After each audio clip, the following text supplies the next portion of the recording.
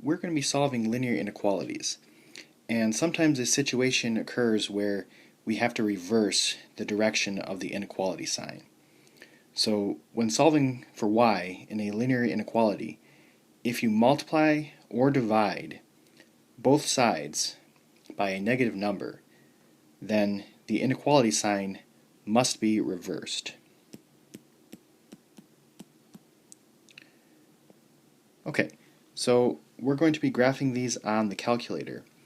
And on the y equals menu, we are going to have to select to shade above or below the line. So for the greater than and greater than or equal to, we want to pick the upper triangle because that means to shade above. And then if we have less than and less than or equal to, we want to pick the lower triangle because that means to shade below. Okay, so for number 5, we have a linear inequality and we are asked to graph it, but I need to solve for y first. So I need to subtract x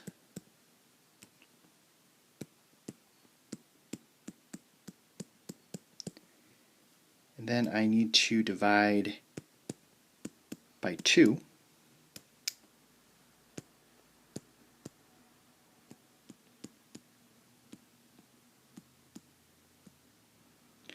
So I did not multiply or divide both sides by a negative number.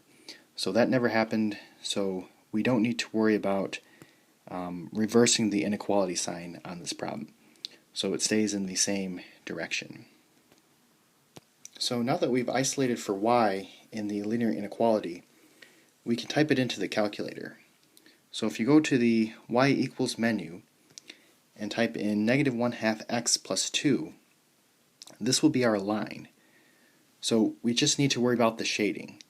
So you need to move the cursor all the way to the left onto the line symbol. And there's actually a lot of different options here. So if you keep pressing enter, then it will scroll through all of the options. And if you miss it, it will scroll back if you keep pressing enter. So it's in a loop. So you want to keep pressing enter until you get the upper triangle, because we are trying to shade above the line. So once you get that, then let's press zoom and go to zoom standard so that we get a -10 by 10 window. And then this is what our graph looks like. So we have a line with the shading above the line. Okay, so let's draw this graph. It was crossing at 2 on the y-axis and 4 on the x-axis.